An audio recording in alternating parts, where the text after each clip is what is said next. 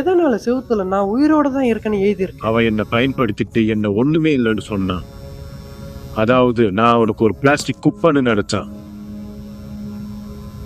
அதான் நான் எழுதினேன் அவன் சொன்னது எல்லாம் தப்புன்னு. எதனால நீ மேல போய் ஒளிஞ்சிட்டு இருந்த? நீ ஓடணும்னு உனக்கு தோணலையா? எனக்கு தெரியல என்ன பண்றதுன்னு. இதுதான் முதல் வாட்டி அங்க இத சொல்றதுக்கு யாருமே இல்லை.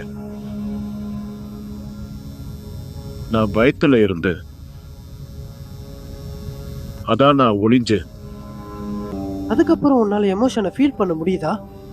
அப்ப அவ என்னை அடிக்கும் போது என்னால எதுவும் செய்ய முடியல. ஆனா ஒரு நாள் அது அப்படி இல்லைன்னு தெரிஞ்சது. நியாயம் எனக்கு வந்தது. கோபம், வெறுப்பு. அதுக்கப்புறம் எனக்கு தோணுனதை நான் பண்ணேன்.